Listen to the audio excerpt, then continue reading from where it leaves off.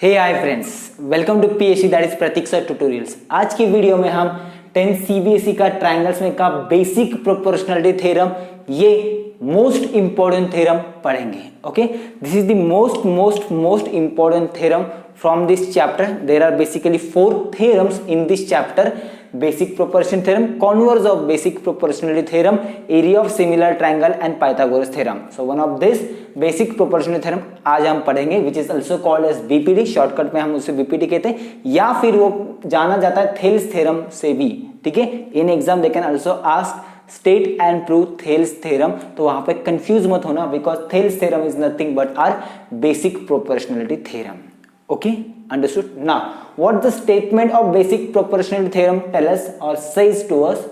If a line is drawn parallel to one side of a triangle to intersect the other two sides in distinct point, the other two sides are divided in the same ratio. ये हमारा statement है। इस statement के accordingly हमें इसका figure निकालना पड़ेगा। Given data to prove data construction अगर हम कुछ करते हैं तो वो, एंड देन द प्रूफ, इस कंप्लीट तरीके से हमें ये थ्योरम को प्रूव करना है। ये थ्योरम बेसिकली हमें 3 मार्क्स के लिए या फिर 4 मार्क्स के लिए आ सकता है। ठीक है, ये काफी इंपॉर्टेंट है, आने के चांसेस काफी ज्यादा है, तो ज्यादा ध्यान दो इस थ्योरम की तरफ। Now let us okay, now before starting this theorem, एक हम थ्योरम को रिवाइज करते हैं जो हमने 9th क्लास में पढ़ा है, बिकॉज वो थ्योरम का हमें इस थ्योरम प्रूव करने के लिए यूज करना है। थ्योरम ये है हमारा जो हम इसमें यूज करने वाले हैं। Triangles on the same base and between the same parallel lines are equal in area. क्या है theorem? Triangles on the same base and between the same parallel lines are equal in theorem. ये मैं एक diagram के through आपको explain करता हूं ताकि आपका रिवीजन हो जाए। देखो, मान लो ये मेरा एक पैरेललोग्राम है। ठीक है, यहां पे मैंने एक ट्रायंगल बनाया ए बी सी, ये पैरेललोग्राम है, और ये एबीसी एक ट्रायंगल है, और ये डीसीबी मेरा एक ट्रायंगल है। ओके, यहाँ पे 2 ट्रायंगल्स हैं। मैं इसे और थोड़ा सा हाईलाइट कर लेता हूँ। This is my first triangle जो कि मैंने ब्लू से रिप्रेजेंट किया है, and this is my second triangle जिसे मैंने रेड से रिप्रेजेंट किया है। ओके, तो इन दोनों ट्रायंगल्स जो कि इस पैरेललोग्राम में लाई कर रहे हैं, तो दोनों ट्रायंगल्स का बेस क्या है मेरा? Common, that is BC. Okay, अब पैरेललोग्राम में तो ऑब्वियसली ये जो लाइंस है उसके अपोजिट साइड्स होते हैं वो हमेशा पैरेलल एंड इक्वल हो जाते हैं। Same with this also. ठीक है, सो इन 2 ट्रायंगल्स का बेस जो है वो कॉमन है। Triangles on the same base मतलब सेम बेस, कॉमन बेस है, and between the same parallel line, 2 parallel lines के बीच में ही है, तो ऑब्वियसली इनकी हाइट क्या हो जाएंगी? वो भी सेम हो जाएंगी। बेस क्या है? वो ऑलरेडी सेम है, तो ऑब्वियसली इन दोनों ट्रायंगल का एरिया क्या आ जाएगा? Equal. Okay, got this point? Triangles on the same base and between the same parallel lines are equal in area. ये जो हमने 9th क्लास में थ्योरम पढ़ा है, ये हमें यूज करना है to prove this BPT, that is basic proportionality theorem, also called as Thales theorem. Okay, understood? Now चलो बेसिक प्रोपोर्शनलिटी थ्योरम को प्रूव करते हैं। आई होप ये आपको थ्योरम रिवाइज हो चुका है जो कि हमने लास्ट ईयर 9th में पढ़ा था। Now let us first try to figure it out. इसका हम फिगर निकालने की कोशिश करते हैं जो हमें स्टेटमेंट दिया है। If a line is drawn parallel to one side of a triangle, ठीक है, एक लाइन हमने ड्रॉ की है जो कि parallel to one side of a triangle, तो सबसे पहले इसकी फिगर निकाल लेते हैं। So this is my triangle A B C. Line is drawn parallel, BC को मैंने बेस किया, मान लो यहां से मैंने एक पैरेलल लाइन निकाली, उसे नाम दे दिया मैंने D E. Okay, so a line is drawn parallel to one side of a triangle. Triangle की एक साइड BC है, उसे पैरेलल निकाला। Now again to other side, if a line is drawn parallel to one side of a triangle to intersect other two side in distinct point. एक line ऐसी निकाली कि जो अदर 2 साइड को 2 other point में, 2 अलग अलग पॉइंट में इंटरसेक्ट कर रही, मतलब एक D पॉइंट पे और एक E पॉइंट पे। तो उस स्टेटमेंट के कंडीशन के अकॉर्डिंगली कंप्लीट मैंने फिगर निकाल लिया। Now what further say? Distinct points, the other 2 sides are divided in the same. Then उसके बाद क्या कहते हैं? ये जो 2 साइड्स डिवाइड हो रहे हैं वो मेरे इक्वल रेशियो में डिवाइड हो रहे हैं, ऐसा उनका कहना है। I hope you understand.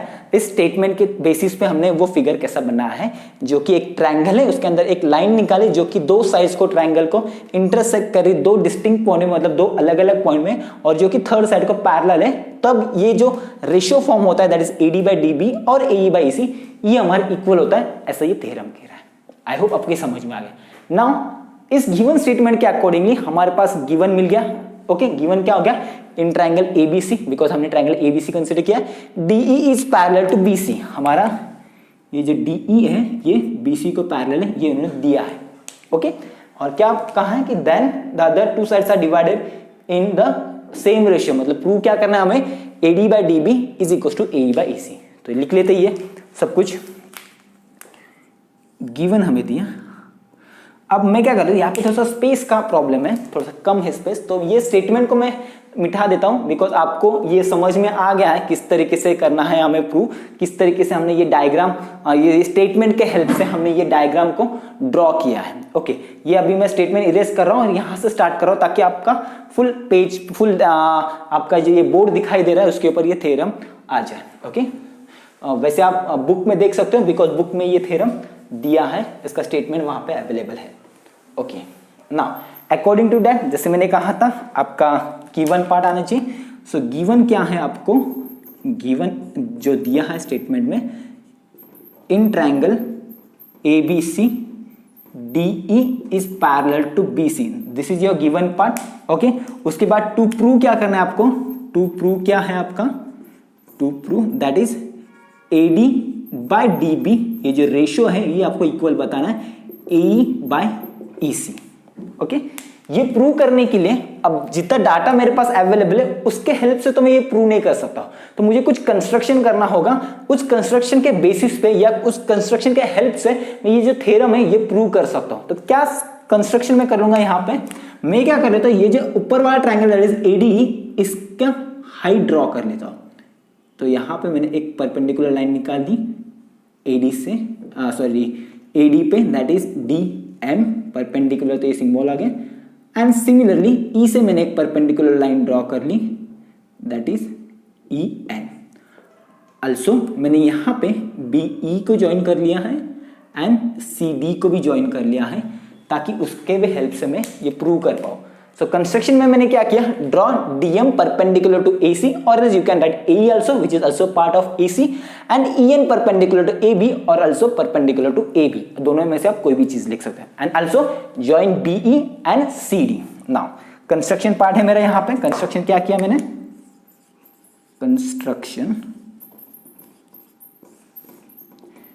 Draw DM perpendicular to AC, AC को परपेंडिकुलर मतलब AE को भी हो गया, and EN perpendicular to AB। I hope ये आपको समझ में आ गया मैंने क्या कंस्ट्रक्शन किया, क्या गिवन है, क्या टू प्रूव है। अब हमारा मेन पार्ट स्टार्ट होता है which is the proof part, ये थ्योरम का most important part, proof part. अब एग्जाम में याद रखो, मान लो इन केस 0.001% चांसेस के, इन केस अगर आपको याद नहीं आता ये थ्योरम कैसे सॉल्व करना है, तो एटलीस्ट उस थ्योरम के स्टेटमेंट से आप ये गिवन, टू प्रूव या कंस्ट्रक्शन करने की कोशिश करो, ताकि एटलीस्ट आपको 1 मार्क तो भी मिले। बिकॉज अगर आप गिवन, टू प्रूव और डायग्राम भी निकालते हो किसी स्टेटमेंट का, तो आपको कुछ ना कुछ मार्क्स तो मिलते हैं। तो कोशिश करना एटलीस्ट ये चीज तो आप वहां पे लिखें। ये 0.001% के चांसेस है, क्योंकि मुझे पता है एक बार मैंने आपको एक्सप्लेन कर दिया तो डेफिनेटली आपको आना ही आना है। Okay, now let's start with this theorem. So proof हमारा स्टार्ट होता है यहां से। प्रूफ के लिए अगेन हमने जो ट्रायंगल्स का बेसिक पार्ट पढ़ा है ना, that is area of triangle का formula half into base into height, ये हमें यूज करना है।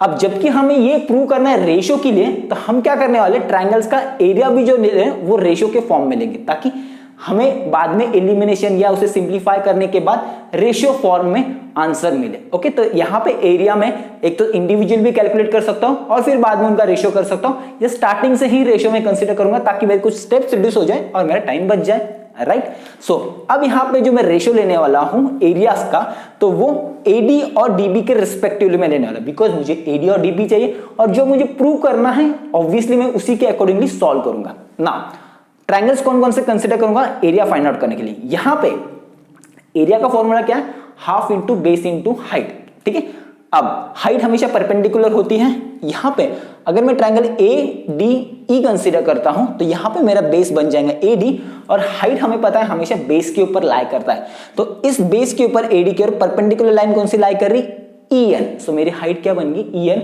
Of this triangle ADE।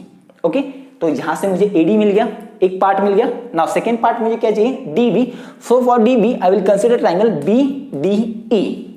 अब यहां पे एक इंपॉर्टेंट बात है, BDE ट्रायंगल को अगर आप ठीक से ऑब्जर्व करेंगे तो ये हमारा ऑब्ट्यूज एंगल ट्रायंगल बनता है, बिकॉज ये वाला जो एंगल एंड D ये मोर देन 90 है अगर आप ठीक से ऑब्जर्व करो इसे तो। और हमें पता है कि ऑब्ट्यूज एंगल ट्रायंगल का हाइट कभी भी आउटसाइड द ट्रायंगल होता है। आप देख लो, कोई भी एक जनरल फिगर निकाल के देखो, इस तरीके का कुछ हमारा ऑब्ट्यूज एंगल ट्रायंगल होता है, और इसका हाइट कभी भी यहाँ पे अंदर आ ही नहीं पाएगा, बिकॉज हाइट हमेशा परपेंडिकुलर होता है, तो ये हमेशा बाहर की तरफ अप्लाई करता है आउटसाइड द ट्रायंगल। तो सेम वे यहाँ पे अगर ट्रायंगल में BDE कंसीडर करता हूं तो उसका बेस अगर BD हो जाता है तो ऑब्वियसली हाइट अगेन क्या हो जाएगा, EN। Got this point. ADE triangle के लिए भी हाइट EN है, और सिमिलर ट्रायंगल BDE के लिए भी हाइट क्या है, EN है। Okay, now apply the formula, that is half into base into height. So मैं जिन दो ट्रायंगल्स के बारे में बोल रहा हूं, लिख रहा हूं, वो मैं यहाँ पे सबसे पहले मेंशन करूंगा। So in triangle, which first triangle I am considering, या that is triangle ADE and triangle BDE। Okay, यहां पे एरिया का फॉर्मूला है, so area of triangle ADE upon area of triangle BDE is equals to ये half into base into height. मैंने formula लिखना, formula हमेशा लिखना, ये याद रखो। Okay, because formula carries a marks. Every step में जहां पे भी आप फॉर्मूला यूज करने वाले हैं उसके पहले आपको फॉर्मूला लिखना ही लिखना, ये कंपल्सरी, भले आपको वो कितना भी बेसिक लगे। So half into base into height, यहाँ पे B 2 बार आ रहा है तो मैं इसे B1 कंसिडर कर लेता हूँ, और इसे B2 कंसिडर कर लेता हूँ, और H2 कंसिडर कर लेता हूँ, ताकि कंफ्यूजन ना रहे, B कैंसिल हो सकता है, ऐसा आ सकता है। So half into B1 into H1 for the first triangle and half into B2 into H2 for the second triangle. Now ADE triangle जो है बेस मैंने क्या कहा था, AD, राइट, एंड EN क्या है, उसका हाइट है। So put the value here, so this will be half into AD that is base, height that is EN, half into AD into EN upon इसके लिए triangle again half into base क्या है यहाँ पे हमारा BD into height again EN। Okay, तो यहाँ पे जो कॉमन टर्म से कट कर लेते हैं हम, कॉमन टर्म्स हमारा हाफ है, ये कट हो गया, ये हाफ कट हो गया, again this EN and this EN get cuts, and what remains at the end that is AD upon BD। ये किसकी वैल्यू हमारे, yes, that is therefore area of triangle ADE upon area of triangle BDE equals to this. Okay, इसे sorry इसे मैंने mark कर लिया, थोड़ा सा प्लेन मेरा टेक ऑफ ले रहा है, कहीं पे लैंड भी करेगा। Okay fine, so I hope आप अंडरस्टैंड कर लोगे मेरे हैंड राइटिंग को। ओके, नाउ यहाँ पे मैंने इसे इक्वेशन 1 मार्क कर दिया, बिकॉज यहाँ पे एक रेशियो मिला है मुझे, that is AD by DB। अब मुझे AE बाई EC के बारे में फाइंड आउट करना है। जैसे अब देखो फिगर के अकॉर्डिंगली मैंने लेफ्ट हैंड साइड कंसीडर किया है, जहां पे मुझे रेशियो AD बाई DB मिला है। अब मुझे AE बाई EC चाहिए तो मैं राइट हैंड पार्ट उसका यूज करूंगा। तो अगेन सेम दो ट्रायंगल्स का रेशियो चाहिए मुझे, देन कौन से ट्रायंगल कंसीडर करूंगा, अभी मैंने ADE कंसीडर कर लिया था, नाउ मैं AED ट्रायंगल कंसीडर कर लिया। अल्दो वो ट्रायंगल सेम ही है बट उसका मैं बेस चेंज कर रहा हूं। देखो ADE कंसीडर कर लेने पे हमने AD बेस कंसीडर किया था, अब मैं AED कंसीडर करने पे AE बेस कंसीडर करूंगा। तो अगर AE बेस हो जाता है तो हमें पता है ट्रायंगल के बेस के ऊपर ही हमेशा हाइट लाई करता है, सो देयरफॉर हाइट क्या बन जाएगा मेरा, DM, exactly DM। So my base will be AE for triangle AED and height will be my DM। Now again इसी साइड चाहिए मुझे, तो ऑब्वियसली इसी साइड या CE जो भी है हमारा, उसके लिए कौन सा ट्रायंगल कंसीडर करूंगा, या that is triangle CED। Which triangle? That is triangle CED. Again, this will be an obtuse. ये फिर से हमारा obtuse angle triangle है, जैसे मैंने आपको प्रीवियसली ड्रॉ करके बताया था। तो अगेन obtuse angle triangle की हाइट क्या होती है, बाहर की तरफ होती है, तो अगेन उसकी हाइट क्या बन जाएगी, DM। बट दिस पॉइंट, तो जहां पे मुझे AE और EC, ये जो साइड है CE बोलो या EC बोलो, वन एंड द सेम, तो ये दो साइड मिलेंगे ये ट्रायंगल का एरिया कंसीडर करके, that is triangle AED and triangle CED। Got this point again ना, राइट, जैसे इस तरीके से मैंने लिखा था, सेम अगेन यहाँ पे मैं बना लेता हूँ, थोड़ा सा डिवाइड कर लेता हूँ ना। This is now which triangles I am talking about, in triangle AED and triangle CED। Again उन दोनों ट्रायंगल का एरिया का रेशियो ले रहा हूं मैं, same area of triangle AED upon area of triangle CED, that will be equal to again same, always write the formula मैंने कहा था, half into base into height, again H1 H half into base into height, that is B2 H2। Formula लिख लिया। ना put the value, value put करेंगे, base क्या है मेरा AE, हाइट क्या है DM। For this triangle CD, base क्या है मेरा C, हाइट क्या है again the DM because outside the triangle. Put the value here, so this will be half into base is AE and height is DM. For the second triangle, half into base is EC and height is DM. Okay. Now again, जो हमारे common parts है वो से cut कर दो. So this half and this half get cancelled and this DM and DM also get cancelled. So what remains? That is AE by EC. तो ये क्या है हमारा? Obviously इस triangle के area का ratio. So that is therefore area of triangle AED upon area of triangle CED। इसे फिर से मैं बॉक्स कर लेता हूं ताकि आपको ये हाईलाइटेड रहे बाद में यूज में। इसे इक्वेशन 2 मार्क कर दिया बिकॉज ये इक्वेशन 1 था। ओके, यहां तक समझ में आया सबको? देखो यहां पे आपको area of triangle ADE upon area of triangle BD is equal to AD by BD मिला, और यहां पे area of triangle AED upon area of triangle, इसे क्लोज ही नहीं किया, CED is equal to AE by EC मिला। Okay, अब जो थ्योरम मैंने स्टार्टिंग में आपको बताया था, जो 9th क्लास में हमने पढ़ा रिवाइज किया, उसका यूज है। अब देखो दोनों ट्रायंगल्स जो है, दोनों इक्वेशन जो है, दोनों इक्वेशन का जो न्यूमरेटर है, देखो ये ADE है और ये AED है, दोनों एट द एंड क्या है, सेमी ट्रायंगल है, तो ऑब्वियसली उनका एरिया क्या रहेगा, इक्वल ही रहेगा। नाम बस चेंज कर रहा हूं ना, हाइट या बेस चेंज होने से फर्क नहीं गिरा बिकॉज हम सेम ट्रायंगल के बारे में बात कर रहे हैं, तो ऑब्वियसली उनका एरिया क्या रहेगा, हमारा सेम रहेगा। अब बातें आ जाती है यहाँ पे इनके डिनोमिनेटर की और इनके डिनोमिनेटर की। अब इसका जो denominator that is triangle BDE, that is BDE, sorry यहां से आ जाता हूं, इसका जो triangle that is BDE, base जो है BDE है, तो यहाँ पे BDE ये ट्रायंगल, और ये जो सेकंड इक्वेशन उस ट्रायंगल का नाम क्या है, triangle CED which is nothing but this CED। अब अगर आप दोनों फिगर को ऑब्जर्व करो, देखो दोनों ट्रायंगल्स को ऑब्जर्व करो, और जो मैंने पहले वो पैरेललोग्राम में दो ट्रायंगल्स बताए थे, देखो सेम उसी तरीके से आ जाता है यहां पे। देखो ये ट्रायंगल है हमारा, this is the first triangle, जैसे मैंने बताया था ग्रीन से रिप्रेजेंट किया है, ट्रायंगल BDE जिसका बेस अगर मैं DE कंसीडर करता हूं, और इसे मैं रेड से रिप्रेजेंट करता हूं ताकि आपको समझ में आ जाए। And this is second triangle, ये थोड़ा सा यहाँ पे टिल्टेड आ रहा है, ये ट्रायंगल CED, तो दोनों का बेस अगर मैं DE कंसीडर करता हूं, और D पैरेलल टू BC ये ऑलरेडी हमने उन्होंने दिया है, हमें गिवन है, तो ऑब्वियसली ये दोनों ट्रायंगल कहां पे लाई कर रहे हैं, triangles on the same base that is D and on the same and between the same parallel line that is BC and D, तो ऑब्वियसली इन दोनों ट्रायंगल्स का एरिया भी क्या होना है, वो इक्वल ही होना है। तो जो हमने थ्योरम बताया था मैंने 9th में जो हमने पढ़ा है, वो थ्योरम यहाँ पे लिखो और बताओ कि from that we can say that triangle BDE and triangle CED इन दोनों का एरिया इक्वल है। So what I can write here, we know that, आपको पता भी नहीं रहेगा तो भी लिख दो यहाँ पे, we know that triangles on the same base and between the same parallel lines are equal in area. Okay, so इस थ्योरम के accordingly I can say that area of triangle BDE will be equals to area of triangle CED. That's my one more equation. So here I can write, therefore black से ही लिख लेता हूं, therefore area of triangle BDE is equals to area of triangle CED. Okay, mark this, इसे box बना लो, and this is your equation 3.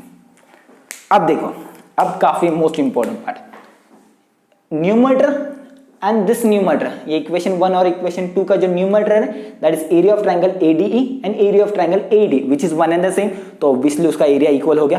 Now BDE और CD दोनों का area भी इक्वल है जो मैंने यहां पे बताया, तो मतलब डिनोमिनेटर का भी एरिया सेम हो गया। अगर न्यूमरेटर और डिनोमिनेटर का एरिया सेम है तो ऑब्वियसली लेफ्ट हैंड साइड उसकी क्या हो गई, इक्वल हो गई। लेफ्ट हैंड साइड अगर इक्वल हो जाती तो ऑब्वियसली दोनों के राइट हैंड साइड भी क्या होने चाहिए, इक्वल ही होने चाहिए। So from 1, 2 and 3 I can say that AD by DB is equals to AE by EC, which is nothing but my proof, जो मेरा थ्योरम में प्रूव करना है। So here simply I can write here most important part, from equation 1, 2 and 3 directly AD by DB is equals to AE by EC and that's my proof। यहां पे मुझे completely 3 marks या 4 marks 6 marks के लिए पूछा है वो मिल जाते हैं। I hope this theorem is very clear to you and you have understand each and every step of this theorem. ये काफी इंपॉर्टेंट है, basic proportionality theorem, also called as BPT shortcut में, and also known as Thales theorem, and this is the given to prove construction proof part and the figure। ये काफी important theorem है, फिर से मैं बता रहा हूं। So with this I hope this theorem is clear to you. Practice करो इसे मैक्सिमम नंबर ऑफ टाइम्स, जितनी बार भी आप प्रैक्टिस करते हो, ठीक है। अगर आपको समझ में आ गया तो please do like, share and comment अगर कोई चीज आपको नहीं समझ में आई to my channel. Thank you for connect to my video. Thank you.